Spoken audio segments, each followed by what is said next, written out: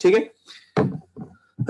अच्छा जी, अब सारे प्रोटीन्स इन्हीं अमीनो एसिड से जुड़ के बने, इन्हीं अमीनो एसिड्स की सीक्वेंस जोड़ दें आप, अब वो कितने भी amino acids in the chain हो जोड़ दें उससे बने, तो सारे अमीनो एसिड्स, सारे प्रोटीन्स की बैकबोन क्या है? Amino acid. लेकिन इनमें थोड़ा सा जो फर्क है वो क्या है? वो ये है कि अब जरूरी ये नहीं है कि ये जो 20 डिफरेंट टाइप्स के अमीनो एसिड्स होते हैं, किसी एक प्रोटीन की फॉर्मेशन में वो 20 के 20 टाइप लगे हुए हो, जरूरी नहीं।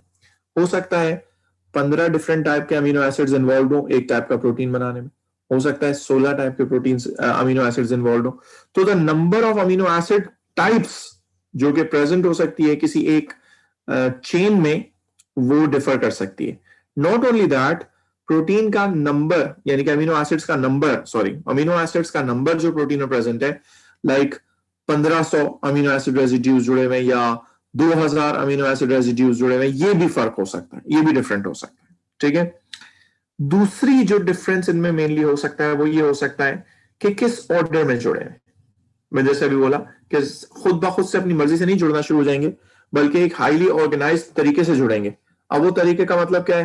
पहले अमीनो एसिड जुड़ा हुआ है फॉर एग्जांपल एलेनिन, दूसरा जुड़ा हुआ है ग्लाइसिन, तीसरा जुड़ा हुआ है एस्पार्टिक एसिड, चौथा जुड़ा हुआ है लाइसिन। तो जिस ऑर्डर में जुड़े हुए होंगे वो ऑर्डर भी डिफरेंट हो सकता है। ठीक है।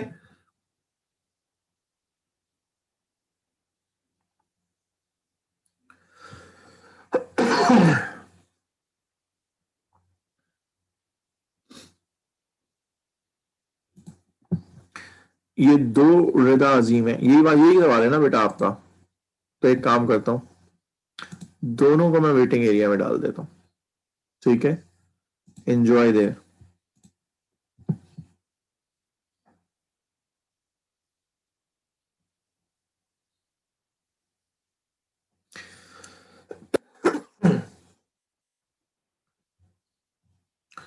अच्छा जी, अब आगे बढ़ते हैं।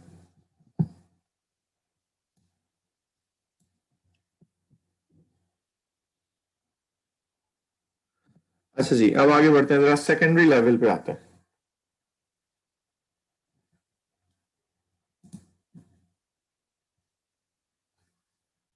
हाँ एक सेकंड बेटा, पहले मैं जरा ये कर लूं, उसके बाद कॉपी करने का टाइम देता हूं।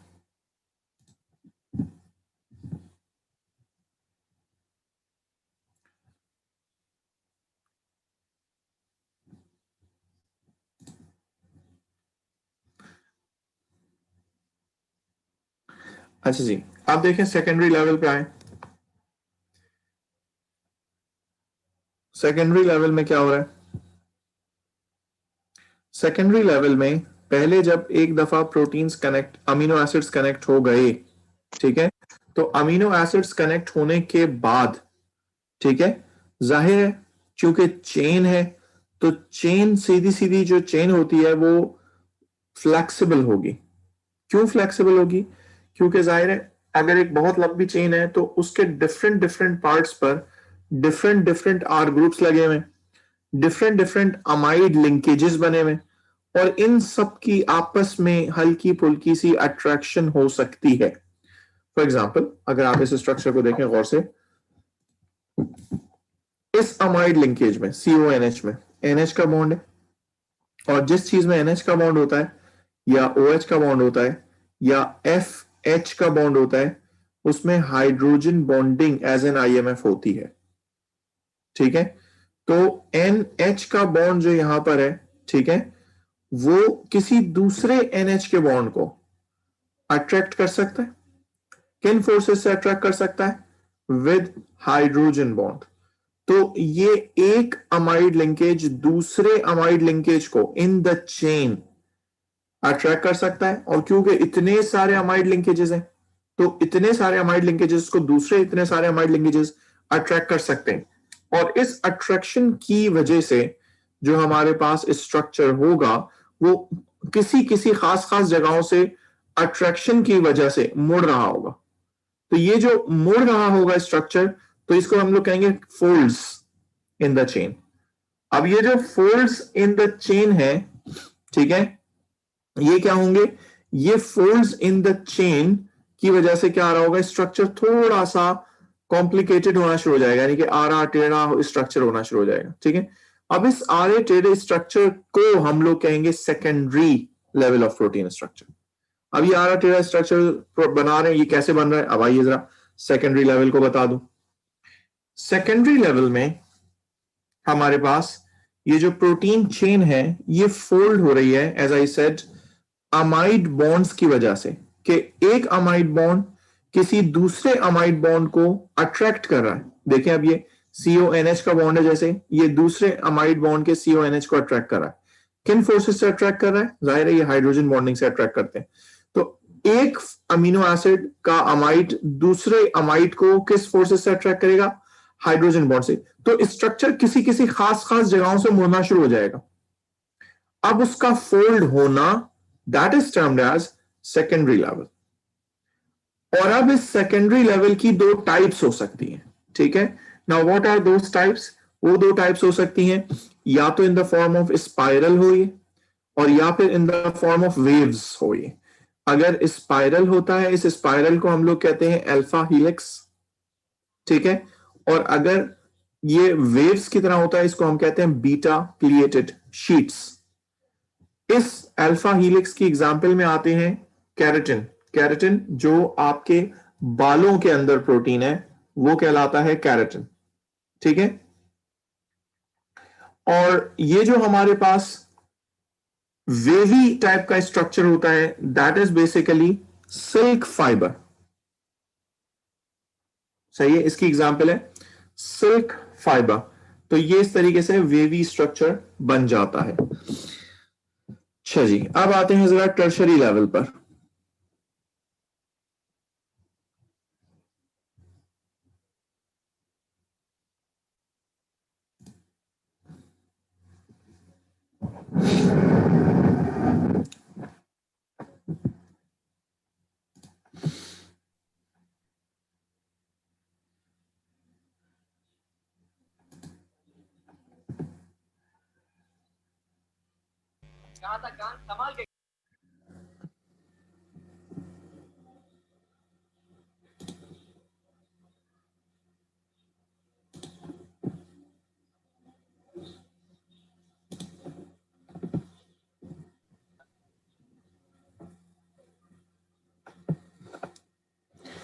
अब ये tertiary level of protein structure को कंटिन्यू कर रहा हूं। Tertiary level of protein structure में क्या आता है कि ये जो आपका प्रोटीन स्ट्रक्चर अब तक आपने पढ़ा है कि पहले क्या होता है कि कार्बन अमीनो एसिड की चेन्स आपस में अमीनो एसिड्स ज्वाइन होना शुरू करते हैं, और अमीनो एसिड ज्वाइन होते होते क्या बनाते हैं, एक लंबी चौड़ी चेन, और उस चेन को हम लोग कहते हैं पॉलीपेप्टाइड चेन। ये प्राइमरी लेवल के बाद आपने पढ़ा secondary level, in which you said कि जी स्पेसिफिक पॉइंट्स से अमाइड लिंकेज दूसरे अमाइड लिंकेज से हाइड्रोजन बॉन्डिंग बना के उसको अट्रैक्ट करेगा, तो स्ट्रक्चर थोड़ा सा फोल्ड होना शुरू होगा।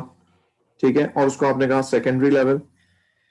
टर्शरी लेवल का मतलब होता है कि ये जो कार्बन की चेन्स हैं इन दिस, अब ये देखिए इस स्ट्रक्चर में कार्बन की चेन्स थी, कहां थी, R1, R2, R3।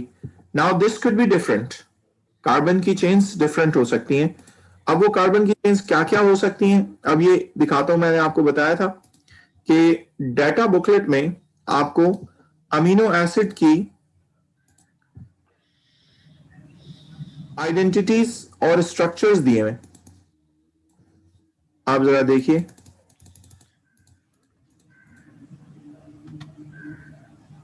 ये रहे अमीनो एसिड्स, और इन अमीनो एसिड्स की आइडेंटिटी देख लें क्या है कि अगर कार्बन की चेन R की जगह CH3 हो तो ये कहलाता है एलेनिन।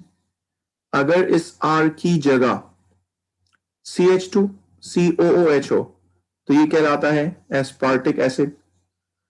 अगर CH2SH कहलाता है सिस्टीन। तो the R chain could be different in all 20 different types of amino acid। तो जिसकी वजह से होगा क्या कि ये जो हमारे पास अब स्ट्रक्चर आर की चेन की वजह से अट्रैक्शन होगी, वो मजीद फोल्डिंग शुरू करेगी इन द चेन। अब वो मजीद फोल्डिंग कहलाती है टर्शरी लेवल। तो अब ये पॉइंट मैं यहां पे मेंशन कर देता हूं और फिर इसकी टाइप्स बताता हूं। देयर आर 4 डिफरेंट टाइप्स जो आर आर के इंटरेक्शन से बनती हैं। ठीक है, सबसे पहले तो मैं ये लिख देता हूं टर्शरी लेवल में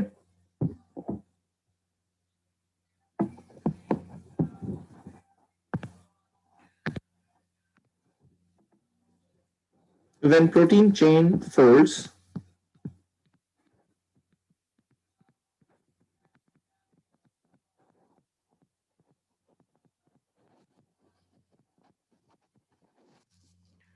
the R groups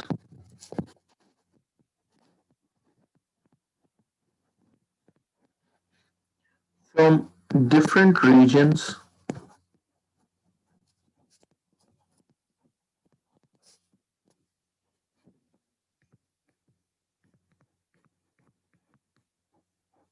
of the chain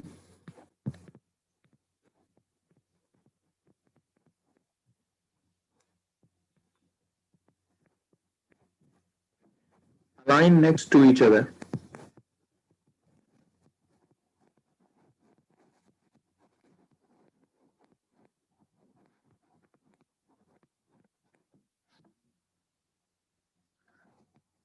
This type of interaction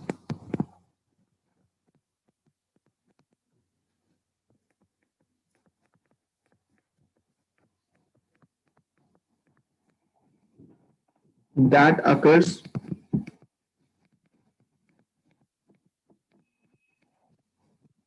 depends on the nature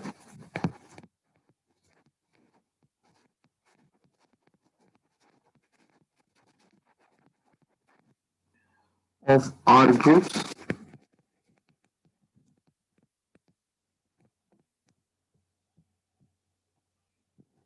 अब ये आर ग्रुप्स के नेचर की वजह से इंटरेक्शन कौन कौन से हो सकते हैं, वो 4 टाइप्स के एज आई सेड हो सकते हैं। उसमें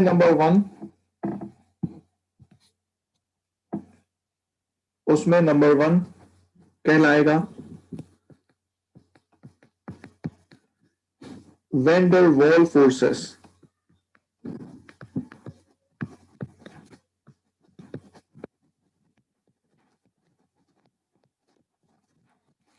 Between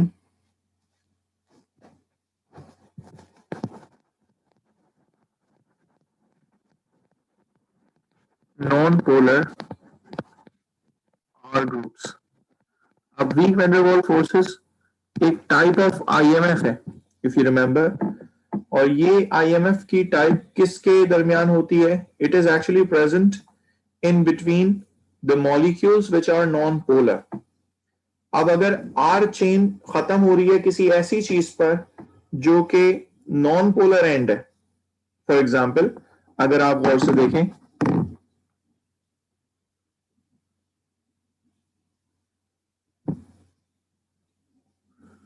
अगर आप गौर से देखें तो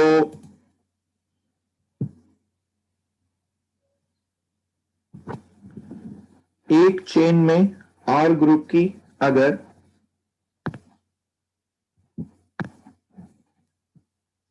अब ये एक चेन है, इस चेन में आर ग्रुप के साथ जो लगा हुआ है स्ट्रक्चर वो है फॉर एग्जाम्पल CH3।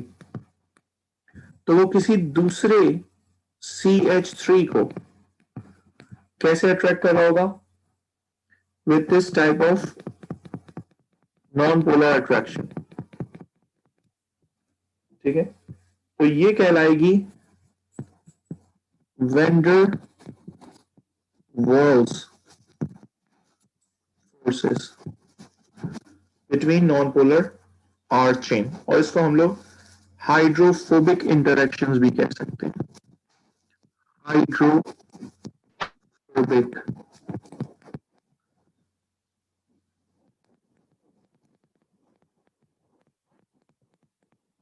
इंटरेक्शंस। ठीक है, दूसरी टाइप इंटरेक्शन हो सकता है अगर आर ग्रुप में OH बॉन्ड आ रहा हूं, और OH बॉन्ड की वजह से जो इंटरेक्शन बनता है बिटवीन द मॉलिक्यूल्स वो क्या होता है? वो होता है हाइड्रोजन बॉन्ड। ठीक है, तो यहां पर अगर हाइड्रोजन बॉन्डिंग बन रही है बिटवीन पोलर R ग्रुप,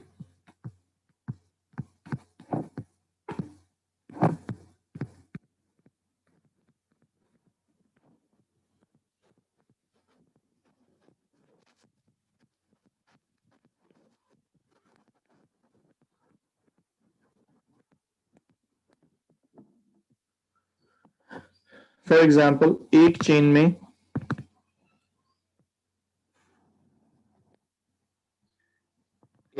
में पार्ट आ रहा है OH का, और दूसरी चेन में भी पार्ट आ रहा है OH का। ठीक है, तो O of one forms hydrogen bond with H of the other।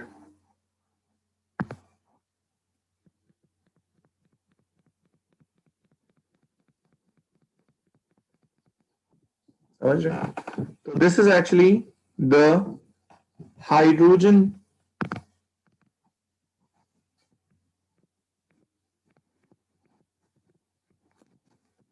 Bonding between R groups. इसको हम लोग कहते हैं hydrophilic interactions.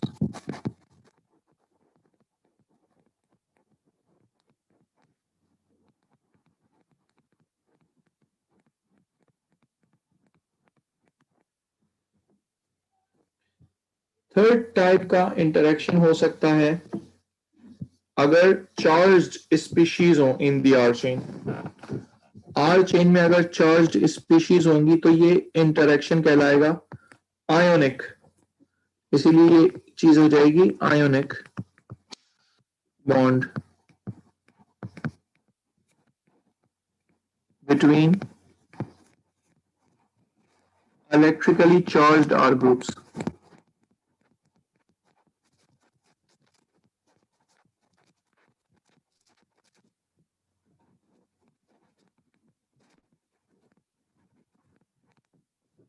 Electrically charged R groups की एग्जांपल में क्या आ सकता है? ये जैसे चेन थी, इसका पार्ट आ रहा था NH3 पे प्लस का चार्ज है, और दूसरी तरफ आ रहा था COO और उस पर माइनस का चार्ज है।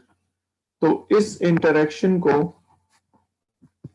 बिटवीन द आयंस हम लोग क्या कहते हैं? आयोनिक।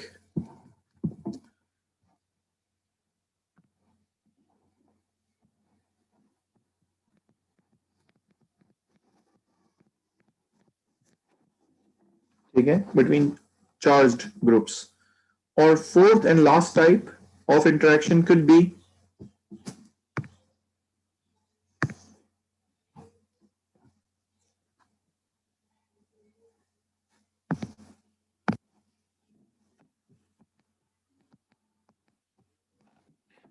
Disulphide bridge.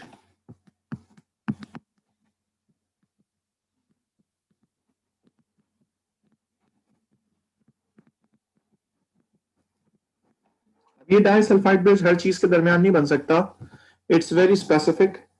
ये बनेगा सिर्फ सिस्टीन जो अमीनो एसिड है उसके आर ग्रुप के दरमियान। अब सिस्टीन का आर ग्रुप क्या है अभी दिखाता हूं। डाइसल्फाइड ब्रिज बिटवीन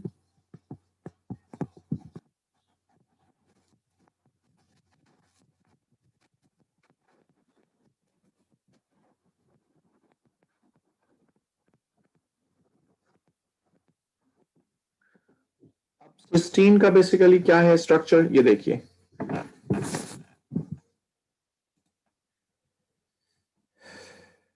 ये देखिए सिस्टीन के स्ट्रक्चर में आता है आर में CH2SH, और किसी भी अमीनो एसिड में सल्फर नहीं है आर चेन में। ठीक है, ये वाहिद एक अमीनो एसिड है जिसमें SH का बॉन्ड होता है, ठीक है, और SH के बॉन्ड को हम लोग थायोल भी कहते हैं। तो बेसिकली ये जो इंटरेक्शन होगा बिटवीन द R चेन, ये SH group of cysteine with the SH group of another cysteine monomer होगा, ठीक है। और अगर एक का SH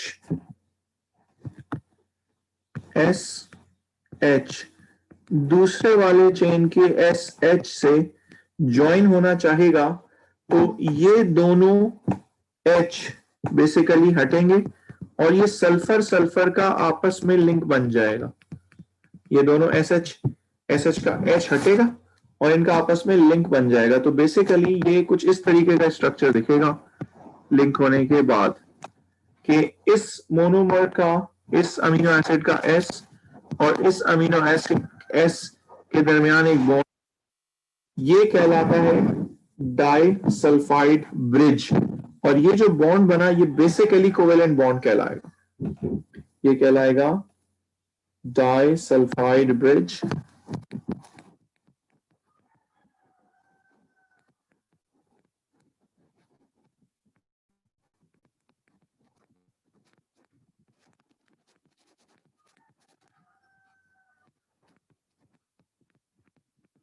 कोवेलेंट बॉन्ड, ठीक है।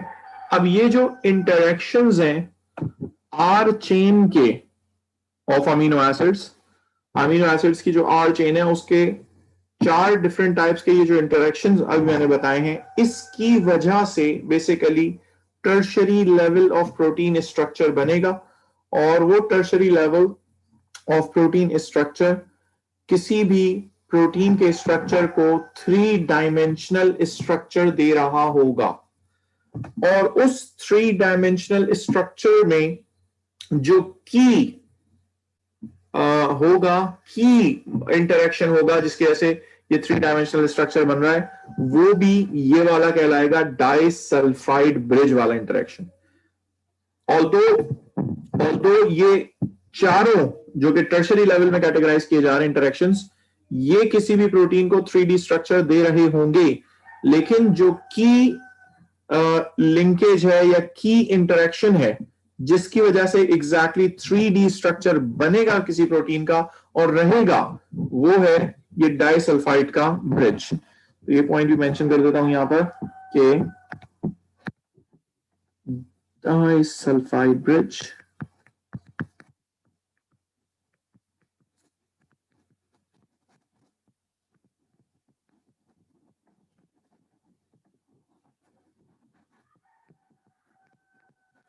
responsible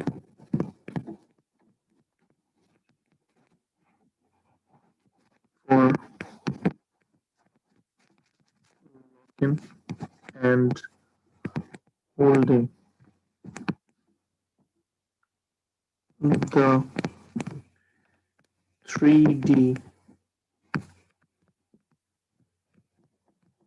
structure of protein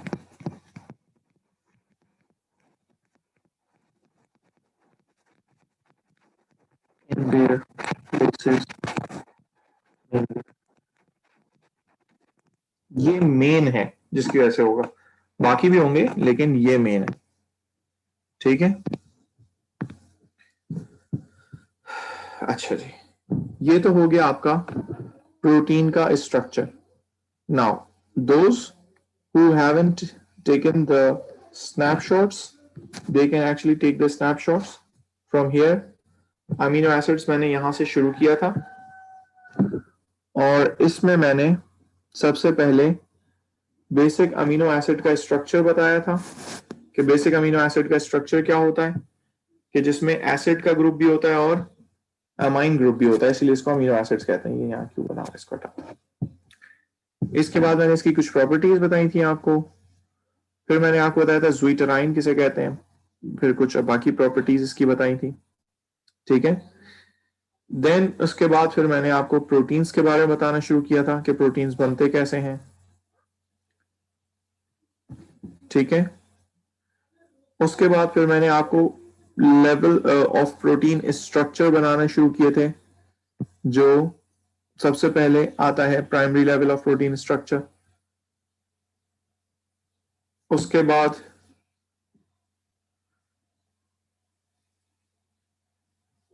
secondary level of protein structure के अंदर दो टाइप्स हैं। Number one alpha helix and beta pleated sheets.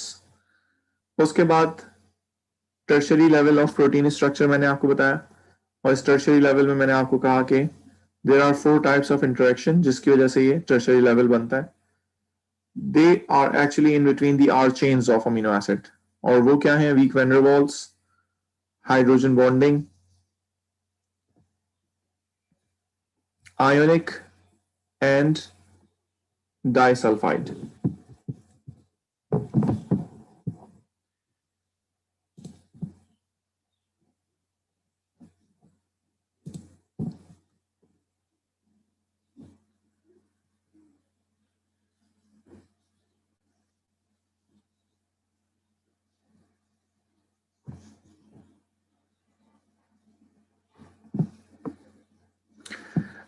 नहीं बेटा, quaternary structure is not included 2016 में। There was a huge removal of syllabus from your course, उसमें tertiary के बाद क्वार्टरनरी हटा दिया था, सिर्फ टर्शरी तक आपके कोर्स में है।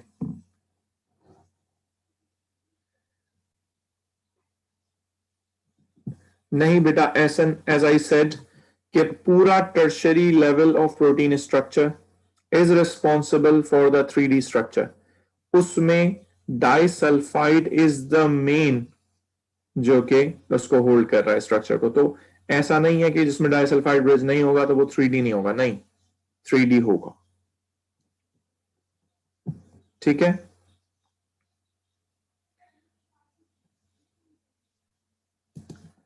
अच्छा जी। अब इसके बाद हमारे पास एक चीज आती है जिसको हम लोग कहते हैं electrophoresis. Electrophoresis is basically a technique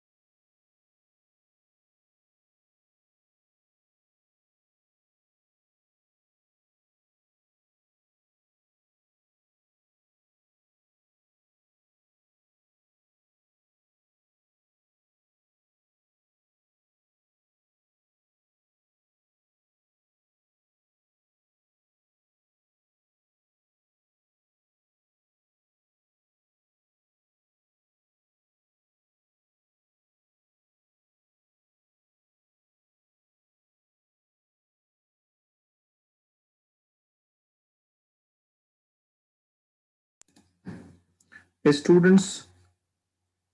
बेटा ये जो भी स्टूडेंट है फैन स्टेशन डेली यूट्यूब के नाम से जो आने की कोशिश कर रहा है, ये अपने नाम से आओ बेटा। मैं अटेंडेंस मार्क करवाता हूं तो फिर ये आप कौन है मुझे नहीं पता, तो kindly join with your name. ये मैं ग्रुप में भी मैसेज डाल देता हूं आप लोगों के।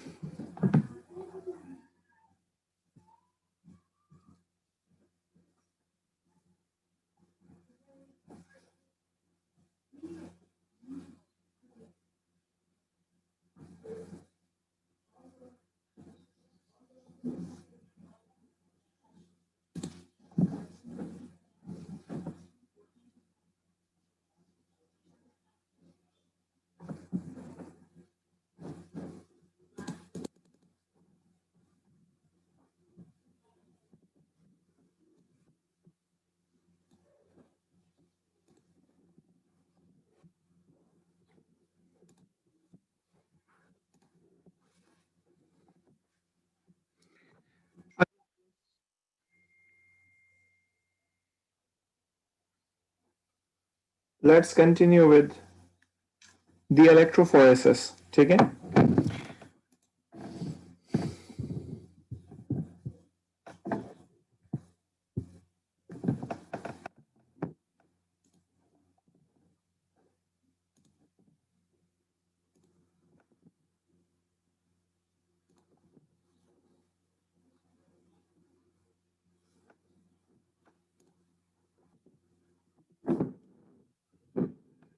So इलेक्ट्रोफोरेसिस क्या है पहले तो ये समझ लें, उसके बाद मैं आपको इसकी डायग्राम दिखाता हूं पूरी और डिटेल बताता हूं। इलेक्ट्रोफोरेसिस क्या है? इलेक्ट्रोफोरेसिस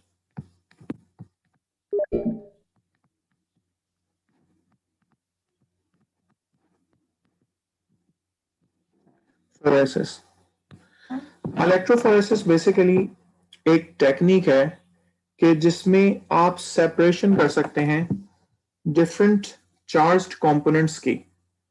मेनली हम लोग इसमें बात करते हैं प्रोटीन्स के अंदर प्रेजेंट अमीनो एसिड्स की, कि किसी प्रोटीन्स में जो डिफरेंट अमीनो एसिड्स प्रेजेंट हैं आप उनको आइडेंटिफाई कर सकते हैं कि कौन कौन सा अमीनो एसिड किस प्रोटीन के अंदर प्रेजेंट है, ये आप आइडेंटिफाई कर सकते हैं इस इलेक्ट्रोफोरेसिस टेक्निक से। ठीक है, तो बेसिकली ये टेक्निक काम करती है on the basis of charges present in your amino acid। तो अपने रिस्पेक्टिव इलेक्ट्रोड्स की तरफ चार्ज्ड अमीनो एसिड्स मूव करना शुरू हो जाएंगे। अच्छा, अब वो उनका क्या होगा? जो चार्ज्ड है ही नहीं वो किसी भी जगह मूव नहीं करेंगे, वो सेंटर में ही जहां पर रखा जाएगा उसको वो वहीं पर ही रहेंगे। ठीक है, तो इलेक्ट्रोफोरेसिस की 2 मार्क्स की मेनली डेफिनेशन पेपर में आती है। तो जब 2 मार्क्स की डेफिनेशन पेपर में आएगी तो उसमें आप क्या लिखोगे? मेनली डेफिनेशन में वो ये लिखोगे कि this is a separating technique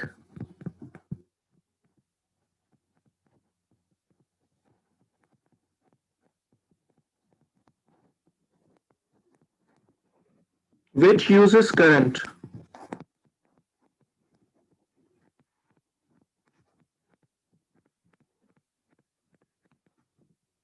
to bring about the separation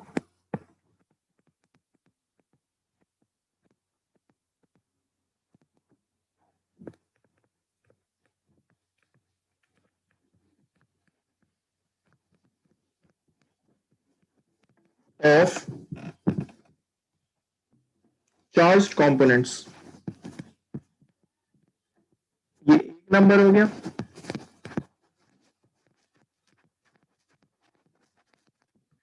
दूसरा number, uncharged components cannot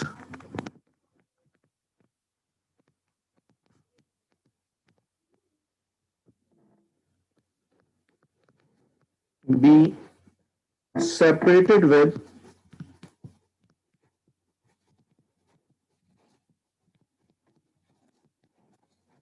this technique.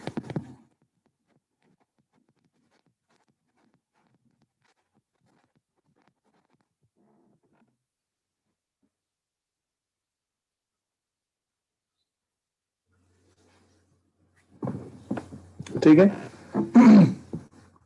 अब जो करंट पास होगा, जाहिर है उससे कंपोनेंट्स एक दूसरे इलेक्ट्रोड्स की तरफ चलना शुरू होंगे जो कि चार्ज्ड होंगे।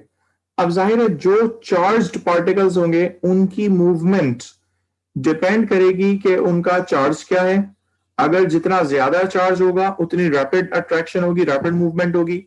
जितना चार्ज छोटा होगा उतनी कम मूवमेंट होगी। तो नंबर वन के इनकी जो मोबिलिटी है ऑफ चार्ज्ड पार्टिकल्स की या चार्ज्ड अमीनो एसिड्स की, ये डिपेंड किस पे करेगी कि how heavily they are charged. Number two, उनका एमआर क्या है। अगर किसी दो अमीनो एसिड्स का अगर चार्ज सेम हो, फॉर एग्जाम्पल +1 आ रहा है दोनों पर, तो दोनों माइनस इलेक्ट्रोड की तरफ मूव करना जरूर शुरू करेंगे। बट मसला क्या होगा, क्योंकि दोनों का चार्ज सेम है तो you can not differentiate in between them on the basis of charge. Then you will look for their MR, कि उनका एमआर क्या है। जिस चीज का एमआर ज्यादा होगा वो स्लो मूव करेगी, और जिस चीज का एमआर कम होगा वो फास्टर मूव करेगी। ठीक है। तो ये तो दो हो गए, लेकिन इसके अलावा ये दो मेन हैं जिनकी वजह से आप सेपरेशन करोगे। लेकिन इनके अलावा भी there are certain other factors which can hold and which can govern the movement speed of these amino acids towards their respective electrodes. और वो क्या है? वो ये है कि जो आपके साथ ये जो अभी मैं इसकी डायग्राम बनाऊंगा तो आप देखेंगे कि पोर साइज जेल का क्या है। देन बफर सोल्यूशन यहां पर एक चीज इस्तेमाल होगी, वो क्या है, टेम्परेचर क्या रखा हुआ है। ठीक है। तो ये सारी चीजें डिपेंड करेंगी। मैं अभी डायग्राम बना रहा हूं, पहले लिख दूं फिर उसके बाद समझाता हूं। When the current is passed,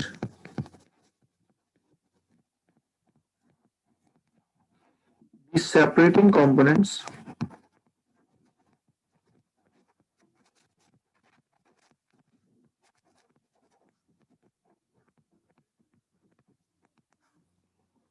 begin to move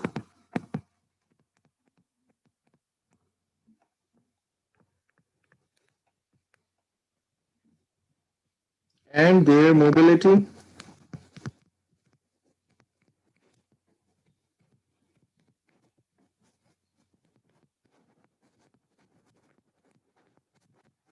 depends upon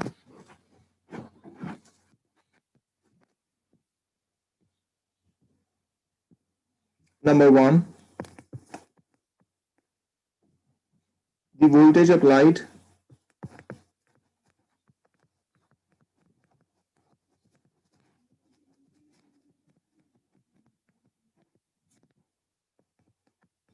number two, the mass of separating component,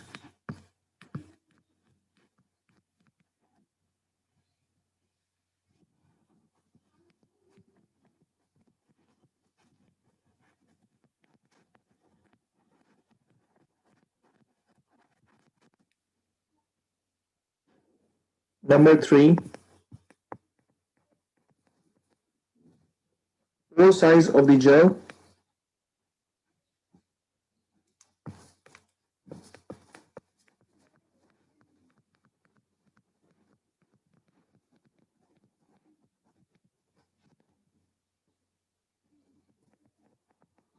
Number 4, nature of buffer solution.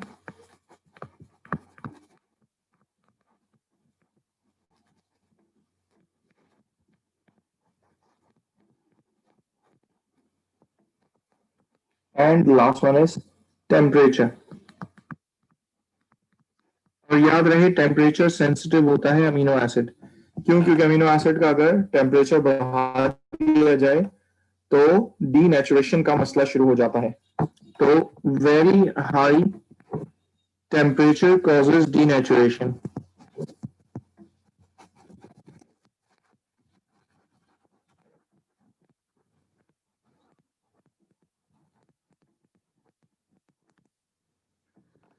अब इसकी मैं आपको डायग्राम बताता हूं, और ये डायग्राम कहां पे है? ये डायग्राम आपकी रॉजर नॉरिस की जो बुक है इसके अंदर है, ठीक है। और ये डायग्राम पेपर में बनाने को भी आती है, इसीलिए ये डायग्राम को बहुत अच्छे से याद कर लेंगे आप। ये पेपर में डायग्राम ड्रॉ करने को आती है, 3 नंबर की डायग्राम बनाने को आ सकती है, ठीक है। इसमें क्या चीज क्या है मैं भी सब बता देता हूं। और इससे जो रिजल्ट आपका आता है इलेक्ट्रोफोरेसिस का, दैट इज बेसिकली इस टाइप का होगा। ये इस टाइप का। अब इसे कैसे बताएंगे अभी बताता हूँ, सारी चीज सारी डिटेल बताता हूँ, हाउ इट वर्क्स, ठीक है।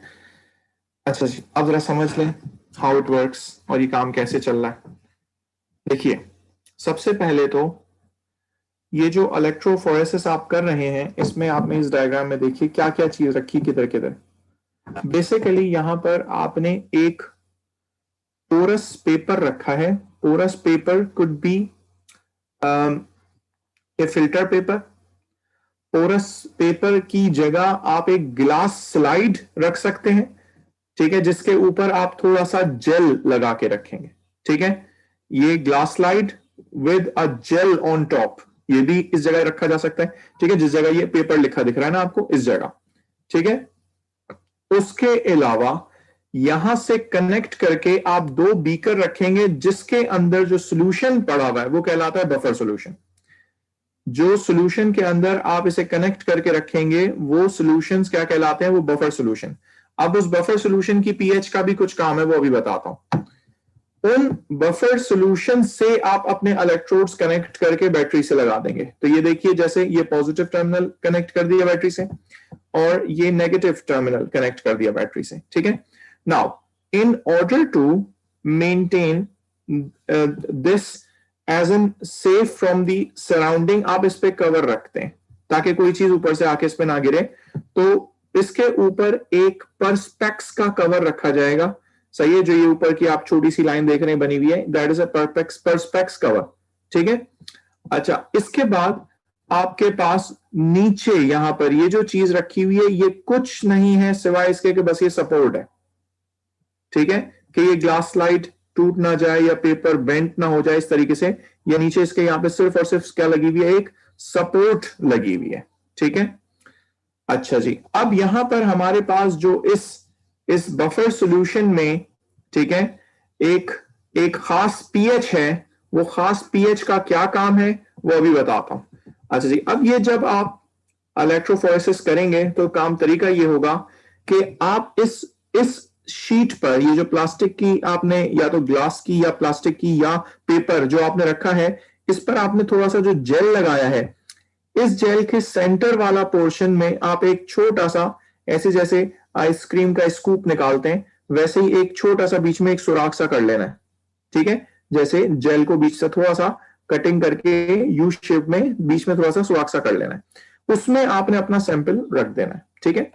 जैसे ही आप अपना सैंपल रखेंगे और फिर यहां से आप इलेक्ट्रिसिटी से कनेक्ट करेंगे, तो उस सैंपल में जो पॉजिटिवली चार्ज चीज ऑफ कोर्स वो इस नेगेटिव इलेक्ट्रोड की तरफ चलना शुरू करेगी, और जो नेगेटिवली चार्ज चीज है वो इस पॉजिटिव की तरफ चलना शुरू करेगी, ठीक है। तो जब आप अपना काम कर चुकेंगे, इलेक्ट्रोफोरेसिस कर चुकेंगे और इस निकाल के इस शीट को देखेंगे, इस पेपर को देखेंगे, तो यहां पर जो जेल होगा उसमें आपको इस तरीके की शक्ल दिख रही होगी। ये बीच वाला वो पोर्शन है जहां पर आपने जेल को काट कर और अपना सैंपल रखा था, और ये ए कुछ निशान बना हुआ दिख रहा होगा, जो माइनस की तरफ टर्मिनल पे जो चीज गई है वो पॉजिटिवली चार्ज होगी, फॉर एग्जाम्पल वो ए है मेरा, और जो नेगेटिव चार्ज होगा वो पॉजिटिव की तरफ गया होगा, दैट इज उसको मैं सी कह रहा हूं। तो इसका साइड व्यू कुछ यूं दिख रहा होगा, जो अभी यहां से जैसे उठा के आप यहां पे लेके आओ तो इसका साइड व्यू यूं दिख रहा हो, अगर वैसे देखोगे तो इसका व्यू कुछ यूं दिखेगा। बात समझ आई? अब ये सेपरेशन किस तरीके से होगी कि ये चीज यहां की तरफ प्लस क्यों जाए, ये चीज यहां माइनस क्यों जाए, कैसे जाए, इस पर अब बात शुरू करते हैं। आइए अब जरा जो चीज सिखा रहा हूं उसको गौर से सीखिएगा, क्योंकि ये सारी कहानी ही है जो आपकी इंटरप्रिटेशन के लिए इस्तेमाल होनी है। अब आइए मैं आपको डिफरेंट पीएच पर डिफरेंट अमीनो एसिड्स के स्ट्रक्चर बताता हूं, ठीक है? और याद रहे ये सामने मैंने खोल के रखा हुआ है आपके ये अमीनो एसिड का क्या कहते हैं, बेसिक स्केलेटन, के जिसके अंदर ये ग्रुप्स रिप्लेस करेंगे आप आर की जगह, तो you will get the things के वो अमीनो एसिड कौन सा है, ठीक है?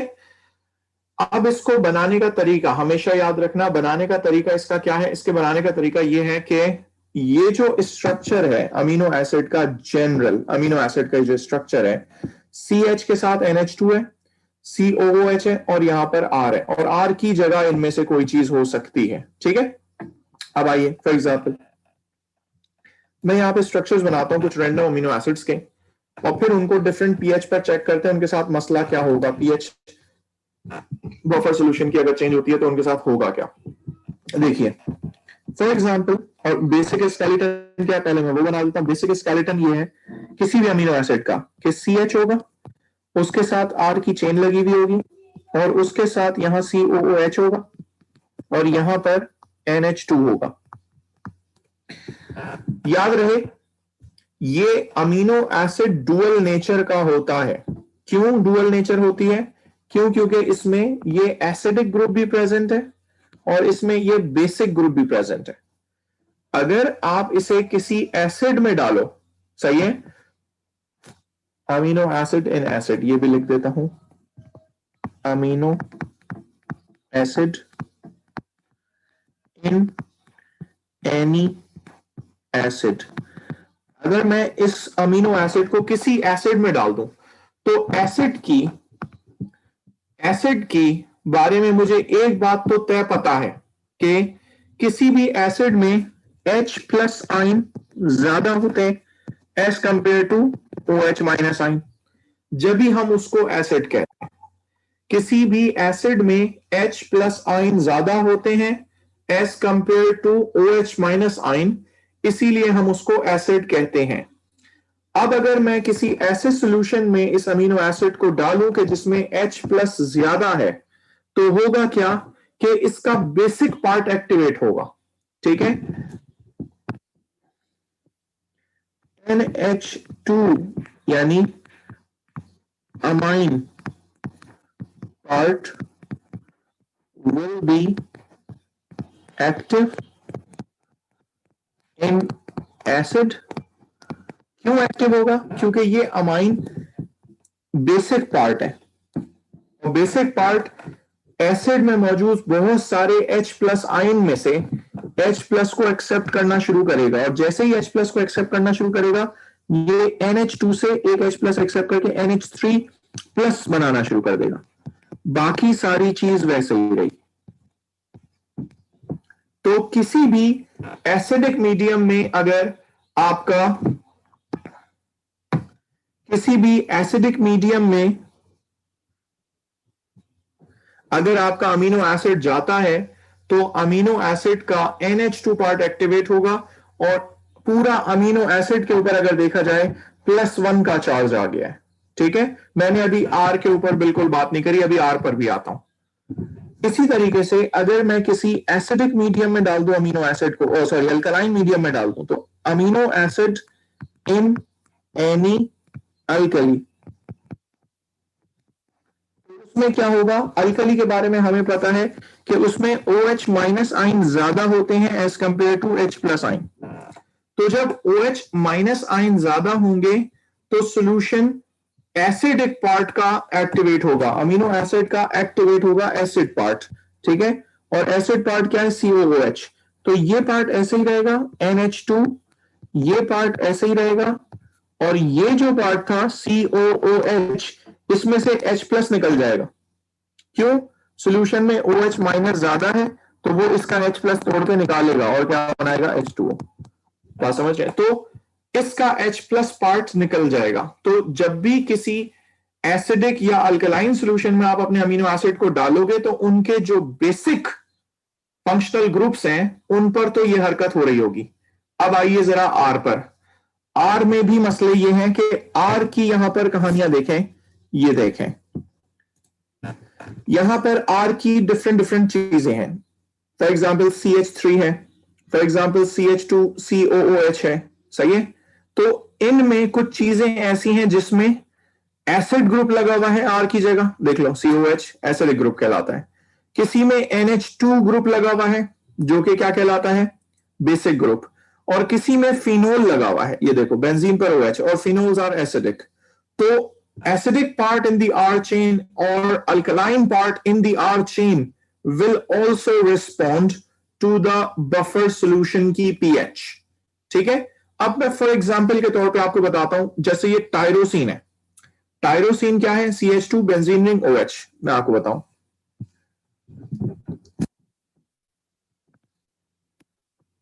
R group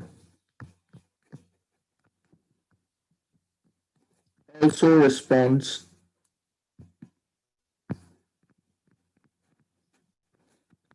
to the pH।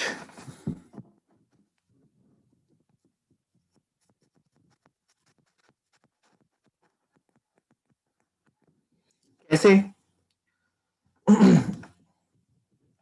For example tyrosine,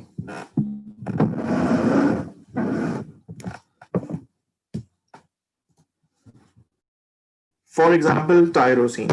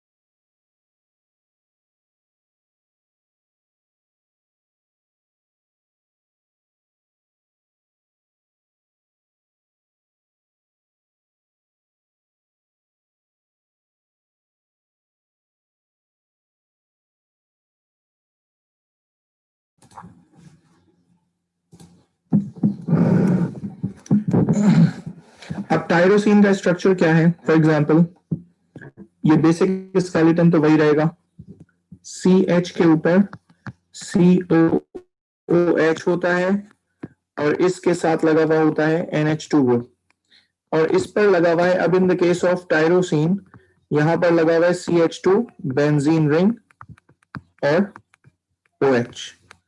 this is the structure of tyrosine. ठीक है? टायरोसिन,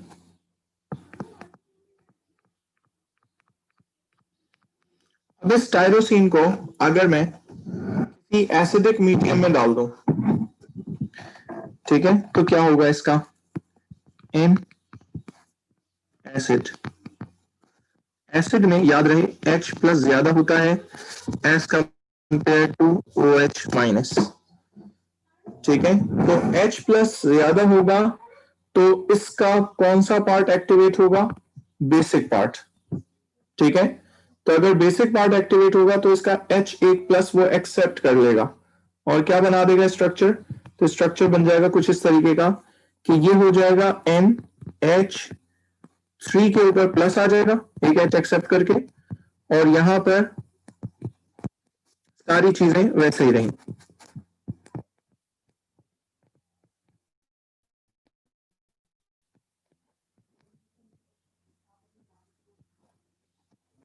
ठीक है, और अगर मैं इसी चीज को इन इन अल्कलाइन मीडियम देखूं,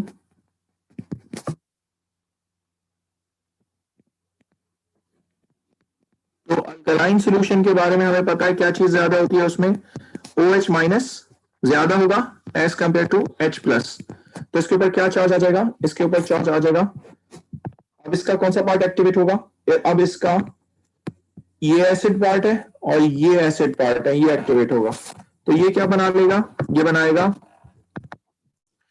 ये ऐसे ही रहा NH2, यहां पे रहा CH, यहां रहा COOH, ये आ गया CH2, ठीक है, और ये आ गया बेंजीन रिंग, और ये आ गया OH। अब इसका कौन सा पार्ट एक्टिवेट हो रहा था, एसिडिक पार्ट एक्टिवेट हो रहा था।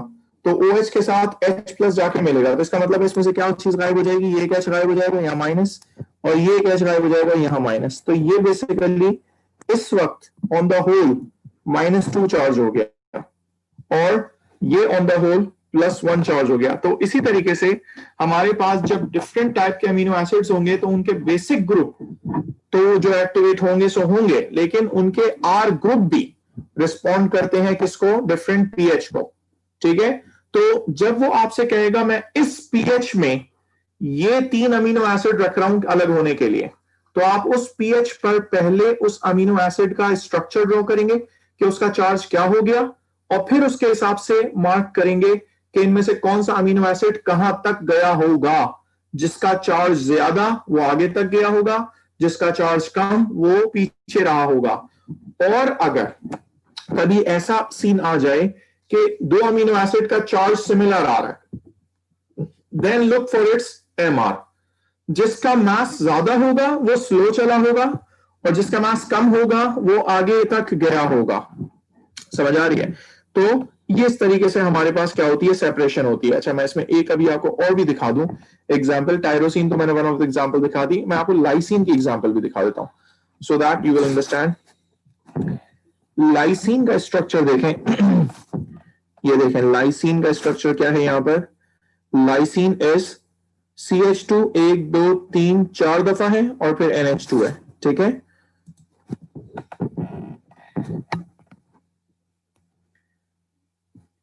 लाइसिन का बेसिक स्ट्रक्चर ऐसा ही रहा, CH COOH NH2, और ये CH2 यहां पर 4 दफा है, तो मैं इसको डायरेक्ट लिख रहा हूं 4 दफा, और फिर यहां पे लिख रहा हूं NH2। ठीक है, अब अगर आप कहते हो कि इसको एसिड मीडियम में डाल दें तो इन एसिडिक पीएच क्या होगा, इन एसिड के बारे में हमें पता है H प्लस ज्यादा होता है OH माइनस से। तो H प्लस ज्यादा होगा तो सोल्यूशन में H प्लस ज्यादा होगा, तो ये H प्लस एक्सेप्ट करना शुरू कर देगा, यानी कि इसका बेसिक पार्ट एक्टिवेट हो जाएगा। तो इसका स्ट्रक्चर कैसा होगा उस वक्त, बस यहां पर एक NH H प्लस गेन करके 3 हो जाएगा, CH वैसे ही रहा, COOH को कुछ नहीं हुआ, और नीचे भी एक NH लगा हुआ है, तो इसका मतलब है वो भी एक NH गेन करके NH3 के ऊपर प्लस लग जाएगा। तो यानी कि एसिडिक सॉल्यूशन में लाइसिन का चार्ज होगा +2, और अगर यही काम मैं अल्कलाइन सॉल्यूशन में देखूं तो इन अल्कली जिसमें H प्लस आयन कम होता है OH माइनस आयन ज्यादा होता है, तो उसमें क्या होगा कि ये स्ट्रक्चर NH2 का वैसे ही रहेगा, CH वैसे ही रहेगा, CH2 4 दफा वैसे ही रहा, और ये NH2 भी वैसे ही रहा, बस वो वाला जो COH था उसमें से एक H निकल जाएगा। क्यों? क्योंकि वो H ज्यादा से ज्यादा OH को न्यूट्रलाइज कर रहा होगा, यानी कि पानी बना रहा होगा। ठीक है, तो ऑन द होल अगर मैं आपसे कहूं कि एग्जाम्पल, एक क्वेश्चन में मैंने आपसे कहा कि मैंने आपसे कहा कि मैंने इलेक्ट्रोफोरेसिस करी और इलेक्ट्रोफोरेसिस में मेरे पास जो इलेक्ट्रोफोरेटोग्राम आया वो कुछ इस तरीके का आया कि ये मेरा नेगेटिव एंड था और ये मेरा पॉजिटिव एंड था, ठीक है। और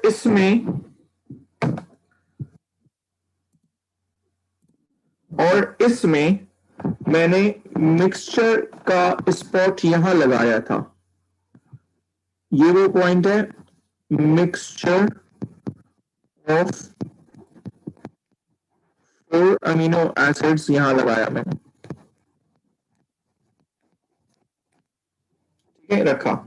और फिर जब मेरे पास ऑब्जर्वेशन आई तो मेरे पास एक स्पॉट यहां था, एक स्पॉट यहां था, ठीक है, एक स्पॉट यहां था, ठीक है, और एक स्पॉट यहीं पर ही रख लिया।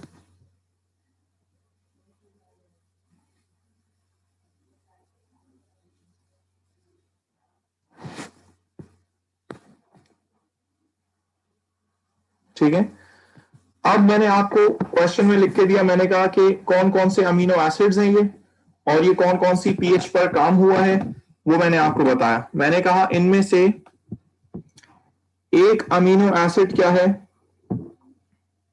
लाइसीन है,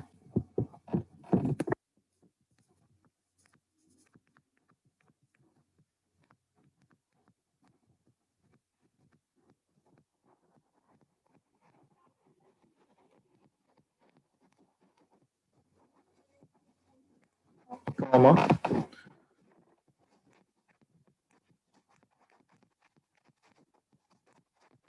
एस्पार्टिक एसिड है, ठीक है, एक है एलेनिन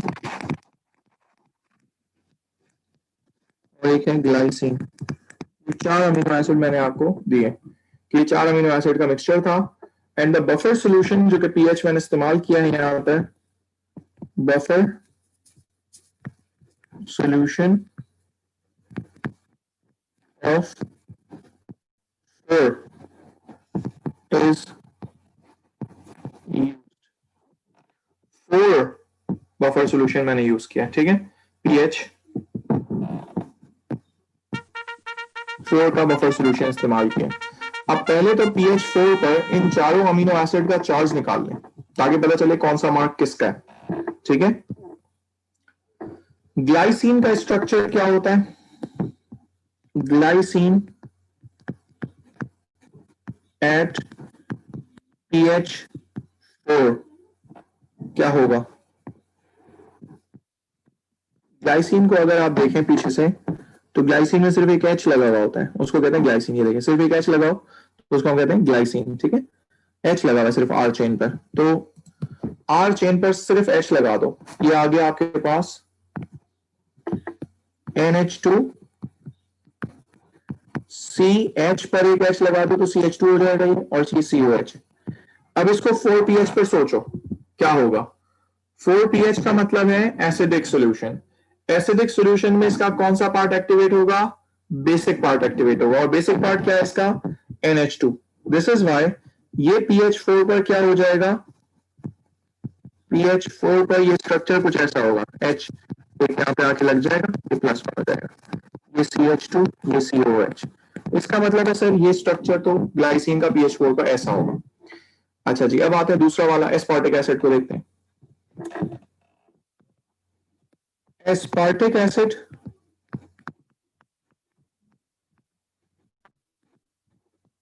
एट pH 4 कैसा होगा। एस्पार्टिक एसिड का अपना खुद का स्ट्रक्चर पहले देख लें। बेसिक यही होगा, COH होगा यहाँ पर CH होगा, यहाँ पर NH2 होगा, और यहाँ पर क्या लगा हुआ है एस्पार्टिक एसिड में, ये देखिए ये रहा एस्पार्टिक एसिड CH2COOH, ठीक है। तो CH2COOH उसकी चेन में लगा दें, ये आ गया CH2COOH। अब जब आप इसको pH4 पे रख रहे हैं, ठीक है, तो pH4 का इसका क्या हाल होगा? pH4 का मतलब होता है एसिडिक, एसिडिक का मतलब है इसका बेसिक पार्ट एक्टिवेट होगा, बेसिक पार्ट क्या है? NH2, ठीक है। तो NH2 पार्ट एक्टिवेट होगा तो इसका भी स्ट्रक्चर ये हो जाएगा NH3 प्लस, ये CH2 ऐसे ही रहा, नहीं ये CH होगा, नीचे है बाकी, ये COOH है, ये CH2 और COOH ऐसे ही रहा। तो ये ओवरऑल +1 का चार्ज है एट pH4। इसी तरीके से अब आप आइए तीसरे वाले को, विच इज एलेनिन। एलेनिन का क्या होगा?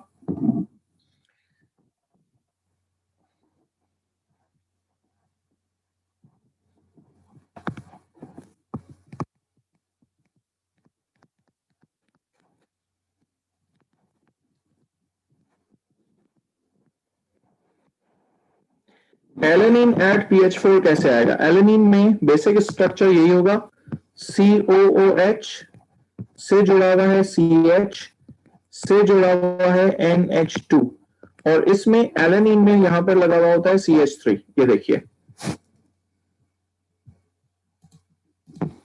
ये देखिए एलेनिन में R की जगह सिर्फ लगा हुआ होता है CH3, ठीक है। तो ये स्ट्रक्चर हो गया CH3। अब इसको अगर मैं pH4 पे देखूं तो pH4 is an acidic pH, और उसमें एसिडिक pH में सिर्फ alkaline part active which is NH3 plus हो जाएगा, और बाकी ये स्ट्रक्चर वैसे ही रहेगा CH, CH3, COH अपनी जगह पे। और the last structure is lysine, और लाइसिन pH4 पर मैंने अभी बताया आपको कि क्या होगा,